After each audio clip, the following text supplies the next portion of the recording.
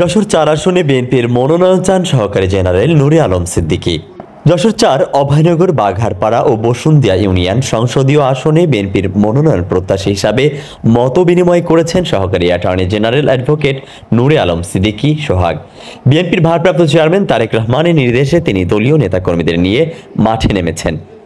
গতকাল শনিবার যশোরের একটি অভিজাত হোটেলে সাংবাদিকদের সাথে তিনি একথা জানান। মতবিনিময়কালে তিনি নিজের রাজনীতি ও সমাজ সেবায় তার সততা, নিষ্ঠা, ত্যাগ ও নেতৃত্বের সৎ গুণাবলী তুলে ধরেন। তিনি জানান, ব্যক্তি স্বার্থান্বেষী নেতাদের কারণে তৃণমূলের নেতারা বঞ্চিত, তাদের মূল্যায়ন করা হচ্ছে না। তাদেরও জনগণের স্বার্থে কাজ করতে তিনি মনোনয়ন প্রত্যাশী। ভয় নয়, ইনসাফ ও উদারতা প্রতিষ্ঠায় কাজ করতে চান তিনি। দলীয় নেতাকর্মীদের সমালোচনা করে তিনি বলেন, দলের অনেক ফ্যাসিস্টদের পুনর্বাসন করছে, অনেকে ফ্যাসিস্টদের পুনর্বাসন করে প্রচুর অর্থ সম্পদের মালিক হয়েছে, কিন্তু নির্বাচিত হলে এক টাকাও অনৈতিক বাণিজ্য হবে না বলে তিনি জানান। এছাড়াও বাঘারপাড়ায় যা রণজিৎ রায় করে গেছে তার পুনরাবৃত্তি ঘটবে না বলেও তিনি জানান। মানুষ নির্বিঘ্নে সমস্ত রকমের কাজকর্ম সম্পন্ন করতে পারবে, কাউকে অহেতুক কোনো হয়রানির শিকার হতে হবে না।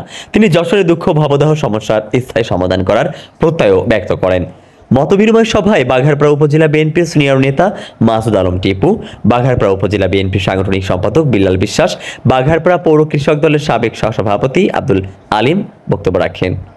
তারা বড় বড় মিছিল করে, কিন্তু তারা আমাকে অনেক স্নেহ করে, তারা ভালোবাসেন, তারা আমার উপর ভরসা করে, তারা আমাকে দিয়ে আশা দেখে, আশার আলো দেখে। কারণ আমি নুরে আলম সিদ্দিকী সোহাগ, আমি সততার সাথে রাজনীতি করেছি, আমি আগামীতে সততার সাথে রাজনীতি করব। মূল যারা রাজনীতি করেন তারা জিম্মি হয়ে পড়েছে, তাদেরকে উদ্ধার করার জন্য আমি আসলে বাঘারপাড়া অভয়নগর বিএনপি এবং সাধারণ জনগণের পাশে দলের ভারপ্রাপ্ত চেয়ারম্যানের নির্দেশনায় এসেছি। ভারপ্রাপ্ত চেয়ারম্যান বলেছেন, আপনারা মানুষের জনগণের মন জয় করবেন ভয় এবং শক্তি দিয়ে নয়, আপনারা ইনসাফ এবং উদারতা দিয়ে জনগণের মন জয় করার চেষ্টা করবেন, সেটাই হলো আমাদের কাম্য।